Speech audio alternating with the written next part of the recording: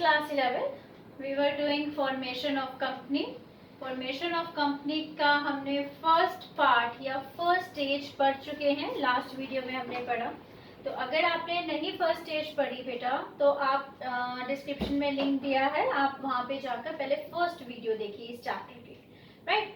और उसके बाद ही हम ये वाला आप ये स्टेप स्टार्ट कर सकते हैं, राइट। अब जिन्होंने फर्स्ट स्टेज कर ली है तो उन्हें पता है नेक्स्ट स्टेज जो हमारी कंपनी के फॉर्मेशन की है दैट इज इनकॉर्पोरेशन स्टेज, जिसको हम रजिस्ट्रेशन स्टेज भी कहते हैं।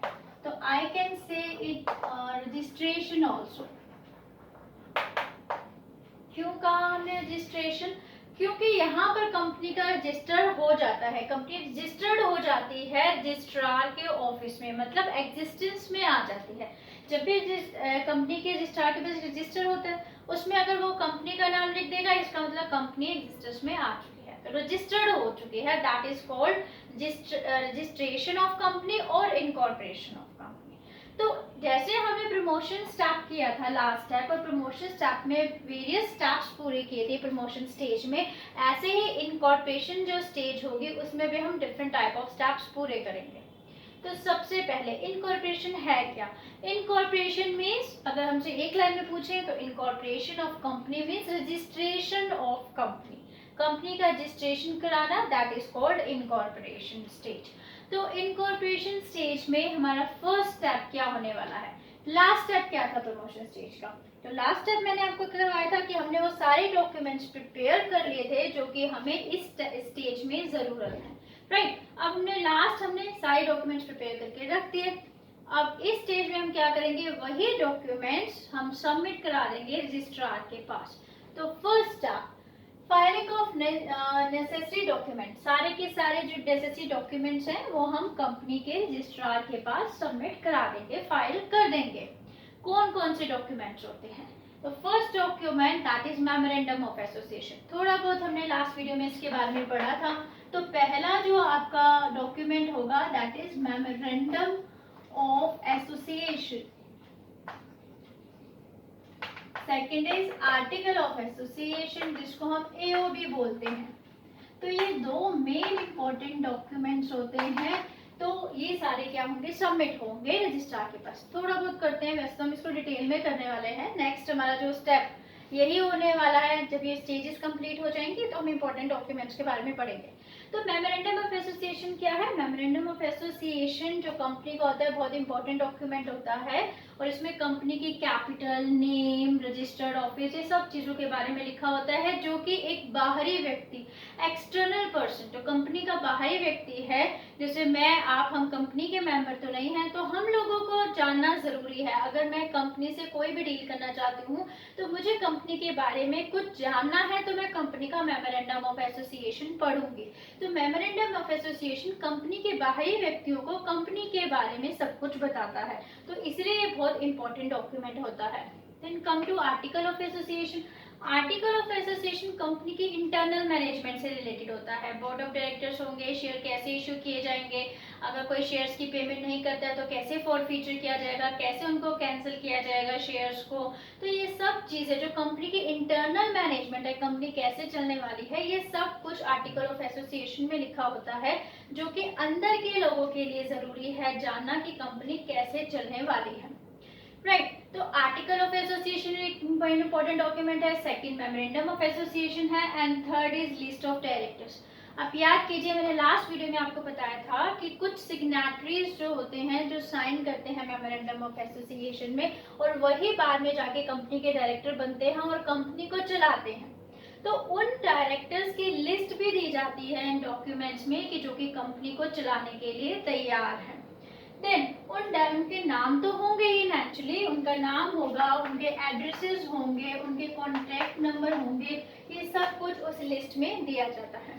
Next is statement of authorised capital. Very very important, अगर मुझे कहना चाहिए एक बहुत ही इम्पोर्टेंट वर्ड है या इम्पोर्टेंट टर्म है, दैट इज ऑथोराइज्ड कैपिटल।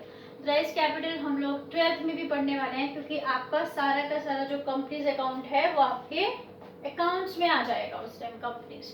तो ऑथराइज्ड कैपिटल क्या होती है? ऑथराइज्ड कैपिटल वो कैपिटल होती है जिससे ज्यादा कैपिटल एक कंपनी पूरे लाइफ टाइम में इशू नहीं कर सकती।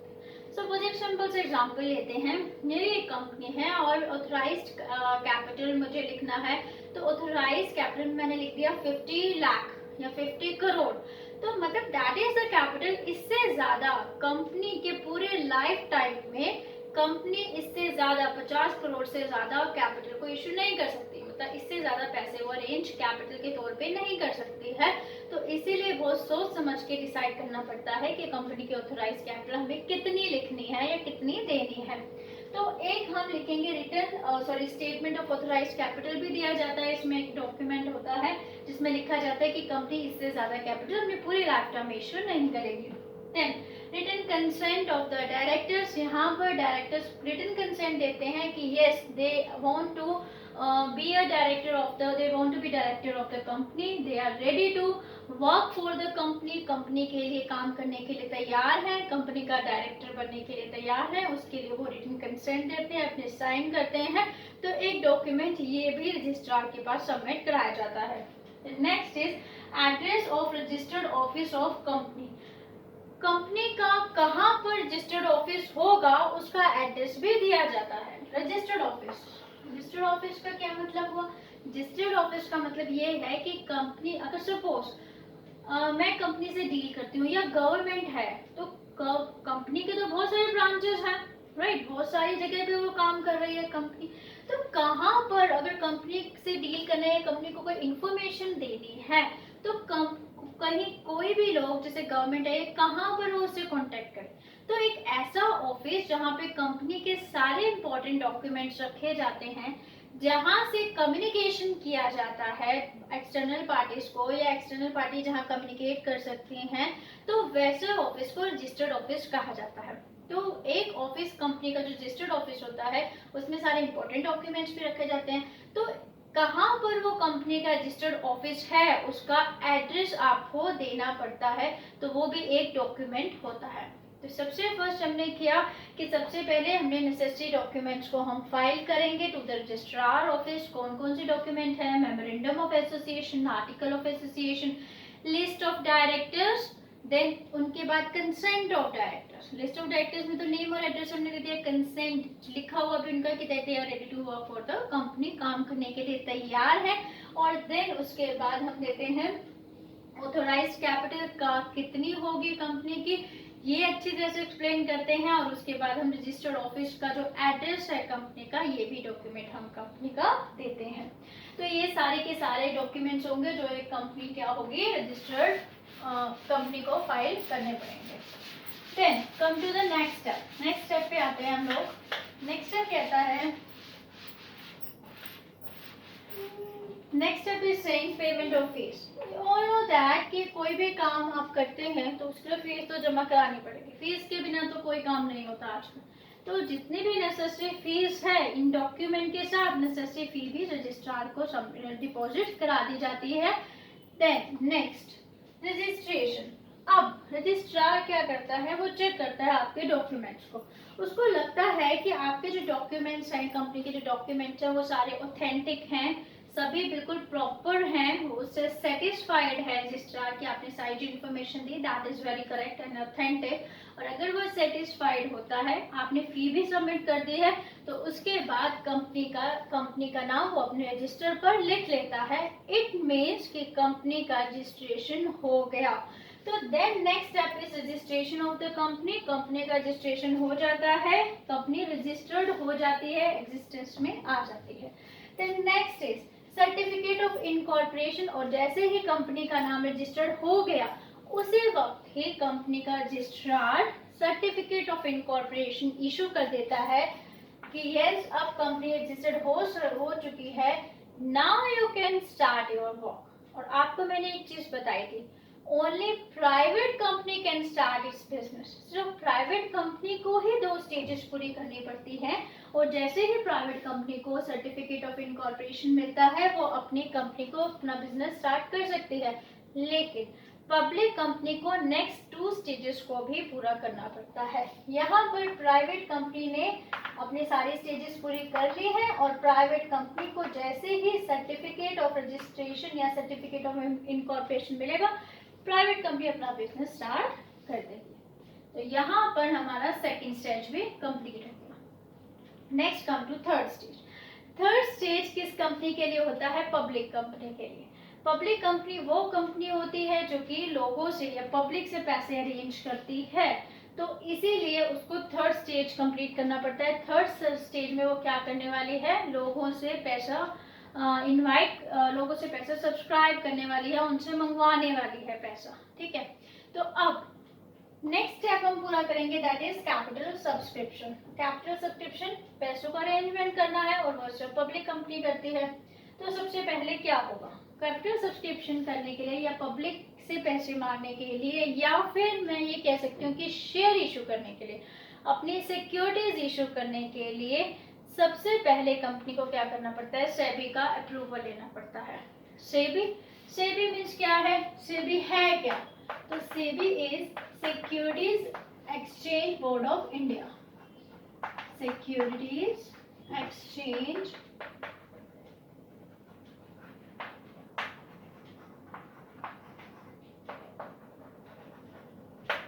Security exchange board of India.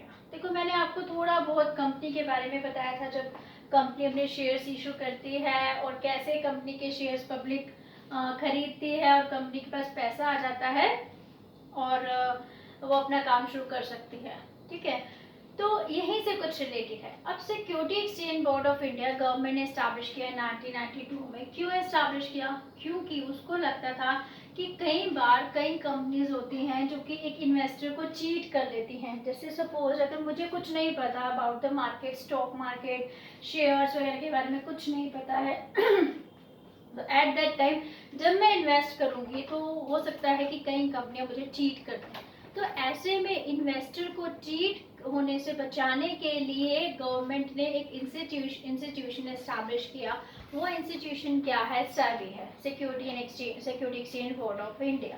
तो ये क्या करता है? कंपनीज पे नजर रखता है। कैसे कि कंपनीज जो भी हैं, क्या वे ऑथेंटिक कंपनी है या नहीं है, क्या वो मिनिमम रिक्वायरमेंट्स को पूरा करती हैं या नहीं करती हैं, क्या वो इन्वेस्टर को चीट कर रही है नहीं कर रही। तो इन सब चीजों पे नजर कौन रखेगा? सेबी रखेगा, ताकि वो इन्वेस्टर को बचा सके, किसी भी चीट से, किसी भी नुकसान से बचा सके।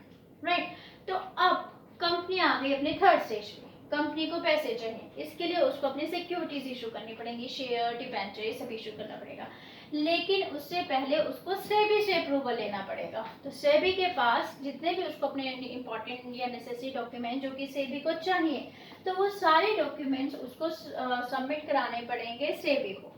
और अगर सेबी को लगता है कि जो भी डॉक्यूमेंट्स हैं वो बिल्कुल सही हैं, कंपनी जेन्युइन है, सारी चीजें ऑथेंटिक है, तो ही सेबी अप्रूवल देता है कि यस आप अपना कंपनी, आप जो कंपनी है वो आप क्या कर सकते हैं? पब्लिक से पैसा अरेंज कर सकते हैं।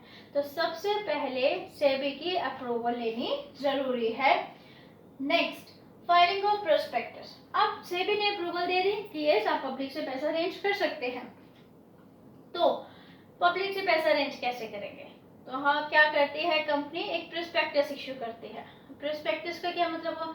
अब प्रोस्पेक्टस तो हम सबने देखा है। जैसे आप स्कूल जाते हैं, सपोज आप सोच रहे हैं कि हम कोई और स्कूल ज्वाइन करें या कोई कॉलेज ज्वाइन करने की सोचता है कुछ भी, तो एक प्रोस्पेक्टस मिलता है। प्रोस्पेक्टस में सब कुछ स्कूल के या कॉलेज के बारे में लिखा होता है, क्या क्या इसके अचीवमेंट्स हैं, आपको क्या क्या वहाँ फैसिलिटी मिलेंगी, आपको दूसरे स्कूल से क्या अच्छा वहाँ पर मिलेगा। तो दैट इज कॉल्ड प्रोस्पेक्टस। तो अगर कंपनी चाहती है कि पब्लिक उसकी कंपनी में पैसा इन्वेस्ट करे, तो वो भी प्रोस्पेक्टस इशू करती है। प्रोस्पेक्टस में वो सब कुछ बताती है अबाउट कंपनी के बारे में, कंपनी के कौन कौन से डायरेक्टर्स हैं, कौन से अच्छे डायरेक्टर्स हैं जो कंपनी को सक्सेसफुल कर सकते हैं, कंपनी का प्रोजेक्ट क्या है, ऑथराइज कैपिटल क्या है, A to Z कंपनी के बारे में बताया जाता है। क्यों बताया जाता है? क्योंकि तभी तो अगर इन्वेस्टर को लगेगा कि ये सब कुछ ठीक है, डायरेक्टर भी बहुत अच्छे हैं, कंपनी का प्रोजेक्ट भी अच्छा है, कैपिटल भी अच्छी है, ये समथिंग जो भी वो सोचता है कि ये चीज अच्छी है, तभी तो वो पैसा इन्वेस्ट करेगा। वो ऐसे बिना सोचे समझे तो पैसा इन्वेस्ट नहीं करेगा। तो इसके बाद क्या करना पड़ता है? जैसे ही कंपनी को सेबी का अप्रूवल मिलता है तो वो अपना प्रोस्पेक्टस इशू करती है। प्रोस्पेक्टस में कंपनी से रिलेटेड सारी इन्फॉर्मेशन दी जाती है और लोगों को पब्लिक को कहा जाता है कि आप हमारी कंपनी में क्या कीजिए, इन्वेस्ट कीजिए, हमारी कंपनी की सिक्योरिटीज खरीदिए, शेयर्स खरीदिए। तो प्रोस्पेक्टस के पीछे एक एप्लीकेशन फॉर्म लगा होता है। तो अगर आप इंटरेस्टेड हैं तो आप उस एप्लीकेशन फॉर्म को फिल कीजिए और साथ में जितने पैसे उन्होंने मांगे हैं आप पैसे भी उसके साथ आप कंपनी को भेज देते हैं। तो इसका मतलब आपने कंपनी के, और फिर कंपनी क्या करेगी, आपको शेयर्स भेजेगी। लेकिन ये बात की बात है, तो अगर आप इंटरेस्टेड होते हैं तो आप एप्लीकेशन फिल करते हैं और साथ में जो पैसे रिक्वायर्ड हैं, जो मांगती है कंपनी, आप उस पैसे को भेज देते हैं। अब यहाँ पर एक चीज ये भी आ गई बेटा, आप कई स्टूडेंट्स क्वेश्चन पुट करते हैं कि मैम अगर वो पैसे कंपनी के पास चले गए, कंपनी ने बिजनेस स्टार्ट नहीं किया, वो कंपनी आउट हो गई, भाग गई पैसा लेके, तो फिर क्या होगा। पहली बात, ऐसा नहीं हो सकता। क्यों नहीं हो सकता? क्योंकि जब सेबी अप्रूवल मिली है तो सेबी हर चीज की अच्छी तरह से ऑथेंटिसिटी की जांच करती है कंपनी की। कोई चीट नहीं कर सकता। बहुत ही रेयर चांस होंगे कि जो सेबी को रखा किस लिए गया, सेबी को इसलिए तो बनाया गया है कि आप ये चीज चेक कीजिए कि जो भी कंपनीज आ रही हैं पब्लिक से पैसे लेने, क्या वो सही है या नहीं। तो ये काम तो सेबी का है। और दूसरी बात, आप प्रोसेस को समझिए। जब आप पैसा भेजते हैं कंपनी को तो वो पैसा कभी कंपनी के पास नहीं जाता। कंपनी को एक बैंक अपॉइंट करना होता है। बीच में क्या आएगा, बैंक। ये आप हैं, आप एक शेयर होल्डर हैं क्योंकि आपने क्या किया, शेयर्स खरीदे हैं, या इन्वेस्टर मैं लिखती हूँ, आपने पैसे भेजे कि आप कंपनी में इन्वेस्ट करना चाहते हैं। और ये है कंपनी। तो आपने जो पैसे भेजे हैं वो बैंक के पास जाके क्या हो जाते हैं, डिपॉजिट हो जाते हैं, सीधा कंपनी के पास नहीं पहुंचते हैं। कंपनी को कुछ लीगल फॉर्मेलिटीज रिक्वायरमेंट पूरी करनी पड़ती है, तभी वो पैसा बाद में कंपनी के पास जाता है। कौन सी रिक्वायरमेंट पूरी करनी पड़ती है अभी हम देखेंगे। तो यस, अभी तक हमने क्या सीखा कि आपने पैसा भेजा, वो कहाँ पहुंच गया, कंपनी ने एक बैंक अपॉइंट कर रखा था कि आप इस बैंक में भेजेंगे पैसा। तो आपने क्या किया, उस बैंक में अपना पैसा दे दिया। अभी तक बैंक के पास ही है पैसा। अब क्या रिक्वायरमेंट है, अब लेकिन रिक्वायरमेंट से पहले एक और स्टेप कर लेते हैं, दैट अपॉइंटमेंट ऑफ बैंकर्स। अभी मैंने आपको बताया कि बैंक को अपॉइंट किया जाता है जिसमें आपका पैसा जाता है। तो appointment of bankers, brokers and underwriters. Brokers क्यों है और अंडरराइटर्स क्यों है, ध्यान से समझेंगे। ब्रोकर्स क्या है, अब कंपनी अपनी सिक्योरिटीज या फिर शेयर्स इशू करने जा रही है। तो जब कंपनी शेयर्स इशू करती है तो अब जरूरी थोड़ी है कि कंपनी के शेयर्स सब लोग मांग ले, नहीं हो सकता ऐसे। तो कंपनी को जितना पैसा चाहिए उतना मिल जाए। अगर इन सब चीजों को चाहते हैं कंपनी की सही तरीके से हो तो ब्रोकर अपॉइंट करती है। ब्रोकर कौन है, ब्रोकर एक मिडलमैन की तरह ही है। वो लोगों को एम्फेसाइज करता है, इंसिस्ट करता है, या फिर वो इस तरह से इम्प्रेस करता है कि यस आप इस कंपनी के शेयर्स खरीदिए, इस कंपनी की सिक्योरिटीज खरीदिए। तो ये ब्रोकर है। ब्रोकर किस में हेल्प कर रहा है, आपकी सिक्योरिटीज बेचने में हेल्प कर रहा है, कंपनी की सिक्योरिटीज बेचने में हेल्प करता है। कंपनी अपनी सिक्योरिटीज बेचेगी तभी तो पैसा आएगा कंपनी के पास। तो ब्रोकर को अपॉइंट किया जाता है कि आप कंपनी की सिक्योरिटीज बेचने में हेल्प कीजिए।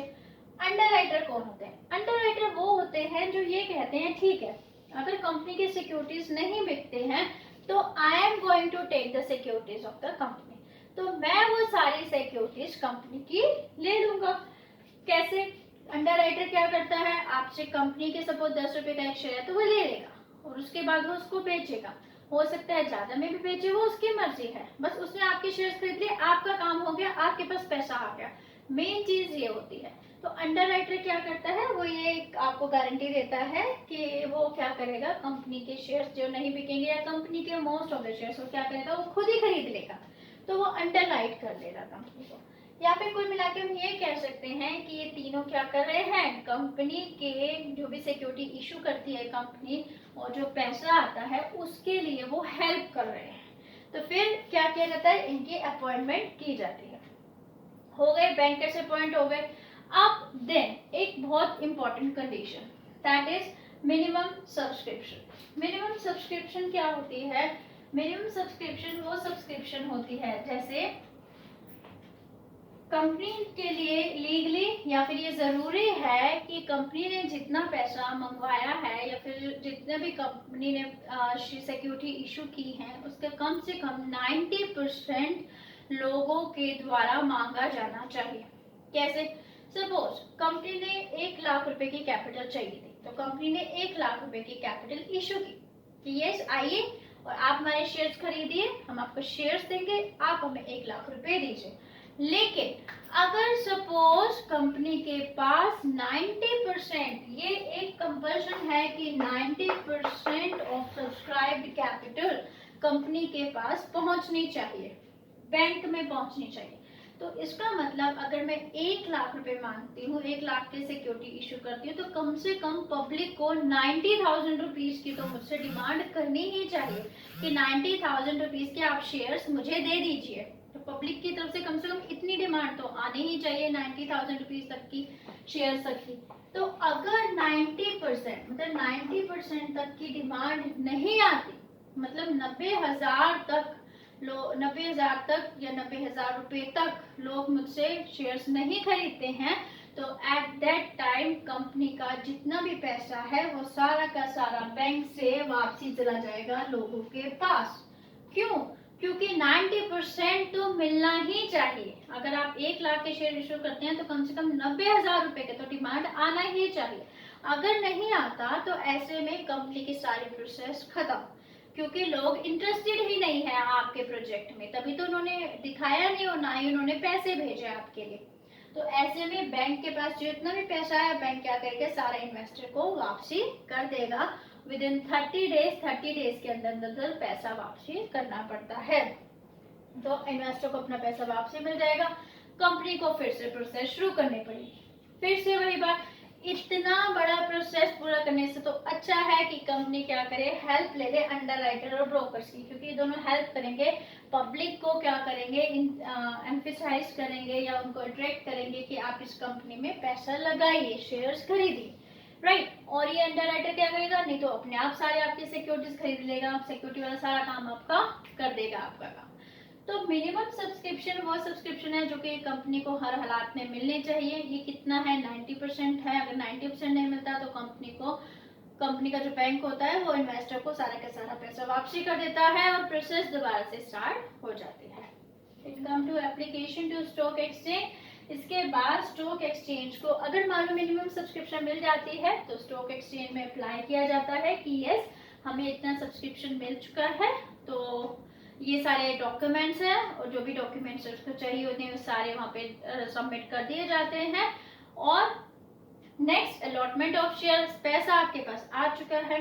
देखिए पहले क्या होता था कि पब्लिक क्या करती थी, पैसा भेजती थी और एक डॉक्यूमेंट होता था शेयर्स, तो वो डॉक्यूमेंट पब्लिक को भेज दिया जाता था that you have allotted the share. Suppose मैंने 100 शेयर खरीदे तो मेरे पास वो डॉक्यूमेंट पहुंच जाएगा कि ये 100 शेयर का आपके पास प्रूफ है कि आपने 100 शेयर खरीदे हैं, आपने कंपनी के ओनर बन गए हैं, आपके पास 100 शेयर्स हैं, राइट। आपने पैसा भेजा, हमने आपको शेयर भेजे डॉक्यूमेंट। लेकिन आजकल वो जो पेपर वाला काम है वो खत्म हो गया। आजकल डीमेट अकाउंट बनते हैं, डीमेट अकाउंट में क्या होता है, डेबिट और क्रेडिट हो जाते हैं, आपके शेयर खरीदते हैं बेचते हैं, तो वो एक लंबी प्रोसेस है, 12th में आएगी आपके, हम 12th में इसको अच्छे से पढ़ेंगे। अभी सिर्फ इतना ही समझिए कि अलॉटमेंट ऑफ शेयर्स हो जाते हैं, आपका पैसा आ चुका है, पब्लिक का पैसा कंपनी के पास आ चुका है, स्टॉक एक्सचेंज में अप्लाई कर दिए, सारे डॉक्यूमेंट जमा करा दिए हैं, तो अब पब्लिक को शेयर्स अलॉट कर दिए जाएंगे कि यस आपको इतने अलॉट किए गए हैं, आपको इतने शेयर्स दिए गए हैं, आप इतने शेयर्स तक कंपनी के क्या बन गए हैं, मालिक बन गए हैं, तो वो शेयर्स लोगों को दे दिए जाते हैं।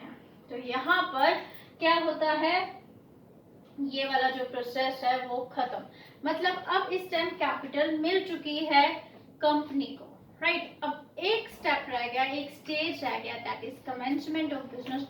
आज का वीडियो आई थिंक बहुत ही ज़्यादा बड़ा हो गया और थोड़ा सा लेंथी भी हो गया, तो ज़रूरी है कि क्यों ना कमेंसमेंट ऑफ बिजनेस हम कल के वीडियो में नेक्स्ट वीडियो में स्टार्ट करते हैं। तो वहीं पर मैं कमेंसमेंट ऑफ बिजनेस का लास्ट स्टेप भी कराऊंगी, थोड़ा सा डिटेल में हम शॉर्ट में हम सारे स्टेप एक बार फिर से रिव्यू करेंगे। उसके बाद मैं आपको important documents of the company भी स्टार्ट करवा दूंगी। तो अभी फिलहाल जो हमने पढ़ा उसको फटाफट रिवीजन करते हैं।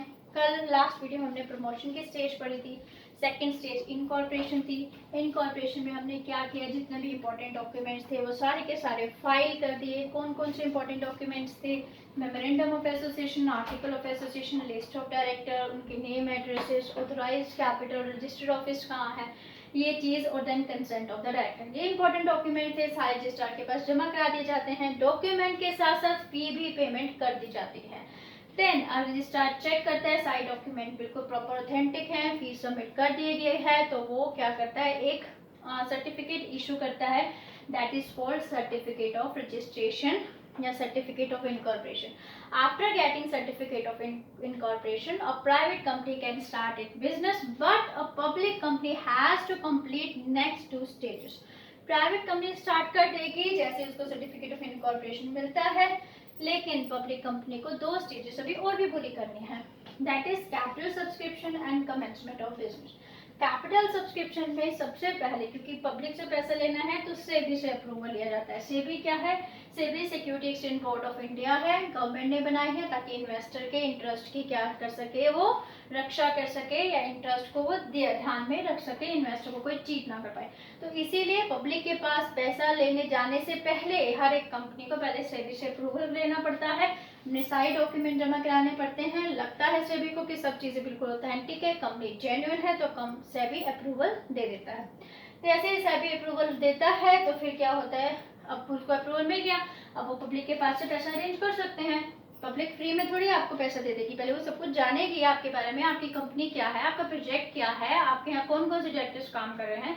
तो इसके लिए जरूरी है कि आप एक प्रोस्पेक्टस इशू कीजिए। कंपनी प्रोस्पेक्टस इशू करती है, पब्लिक के पास प्रोस्पेक्टस पहुंचता है, पब्लिक अच्छी तरह से प्रोस्पेक्टस को पढ़ती है, उसको लगता है कि यस ये कंपनी तो फायदे में जाएगी, या फिर इसके शेयर्स के, इसकी सिक्योरिटीज की वैल्यू भी बढ़ेगी, तो क्यों ना इसमें इन्वेस्ट किया जाए। प्रोस्पेक्टस के पीछे एप्लीकेशन लगी होती है, एप्लीकेशन में लिखा होता है कि आपको एप्लीकेशन के साथ इतने पैसे भी जमा कराने हैं। तो जो लोग इंटरेस्टेड होते हैं वो एप्लीकेशन के साथ पैसे भी भेज देते हैं, यहाँ तक। अब लेकिन अब लोगों को इनवाइट करने के लिए जरूरी है कि हम लोग क्या करें, अंडरराइटर या ब्रोकर जैसे लोगों को अपॉइंट करें और बैंक को अपॉइंट करें, क्योंकि उन जब वो पैसा भेजेंगे तो वो पैसा बैंक के पास आएगा, कंपनी के पास नहीं आता है। तो बैंकर को अपॉइंट किया जाता है, अंडरराइटर और ब्रोकर को अपॉइंट किया जाता है, ताकि पूरी की पूरी शेयर क्या हो जाए, पूरी की पूरी सिक्योरिटीज बिक जाए और आपके पास पैसा आ जाए, राइट। तो ये लोग अपॉइंट किए जाते हैं। लेकिन नेक्स्ट मिनिमम सब्सक्रिप्शन, अब ये लोग पूरी कोशिश करते हैं कि सारे के सारे शेयर बिक जाएं, सारे के सारे सिक्योरिटीज बिक जाएं, ये लोग ये कोशिश करते हैं। लेकिन ये जरूरी है कि कम से कम 90% ऑफ द कैपिटल जो आपने इशू किए हैं, सिक्योरिटी इशू के, कम से कम 90% तक का तो पैसा मिलना ही चाहिए। अगर वो 90% तक का पैसा या लोग आपको नहीं भेजते हैं तो इसका मतलब लोग इंटरेस्टेड ही नहीं है आपके प्रोजेक्ट में, तो आपको क्या हो जाएगा, प्रोसेस खत्म। आपको जो बैंक के पास पैसा आया है लोगों का, अगर 90% से कम है तो वो सारा का सारा पैसा वापसी पब्लिक को या इन्वेस्टर को वापसी चला जाता है, प्रोसेस यहाँ पे खत्म हो जाती है, क्योंकि दोबारा से शुरू करना पड़ेगा फिर से। प्रॉब्लम यहीं पर होता है। लेकिन जिसको मिनिमम सब्सक्रिप्शन मिल जाती है वो अगले स्टेप पे पहुंचता है। मिनिमम सब्सक्रिप्शन मिल चुकी है तो स्टॉक एक्सचेंज पर अप्लाई करता है कि यस हम अपने शेयर्स को आपके स्टॉक एक्सचेंज में लिस्ट करवाना चाहते हैं। डिफरेंट टाइप ऑफ डॉक्यूमेंट्स जमा कराए जाते हैं और स्टॉक एक्सचेंज अगर लगता है उसको ऑथेंटिक डॉक्यूमेंट्स है तो ठीक है, वो परमिशन दे देता है। जैसे ही परमिशन मिलती है, पैसा तो लोगों का आ चुका है, अब उनको शेयर्स भी तो लॉट करने हैं कि यस आपने इतना पैसा दिया है मुझे, तो आप इतने शेयर्स के मालिक हैं। तो फिर क्या किया जाता है, शेयर्स अलॉट कर दिए जाते हैं या सिक्योरिटीज अलॉट कर दी जाती हैं। लोगों के पास एक प्रूफ हो जाता है कि उन्होंने इतना शेयर्स खरीदा है और इतना पैसा उस कंपनी में लगाया है। तो अब कंपनी के पास कैपिटल आ चुकी है, पैसा आ चुका है। नेक्स्ट एक और स्टेप रह गया, एक और स्टेज रह गई, कमेंसमेंट ऑफ बिजनेस, और वो हम कंप्लीट करेंगे नेक्स्ट वीडियो में। आज के लिए सिर्फ आप इतना ही पढ़ेंगे। आपको लगा कि आज का लेक्चर बड़ा अच्छा था, आपको चीजें समझ में आई, तो प्लीज उसको लाइक कीजिएगा और सब्सक्राइब करना भी मत भूलिएगा। एंड देखने के लिए thank you, thanks for watching.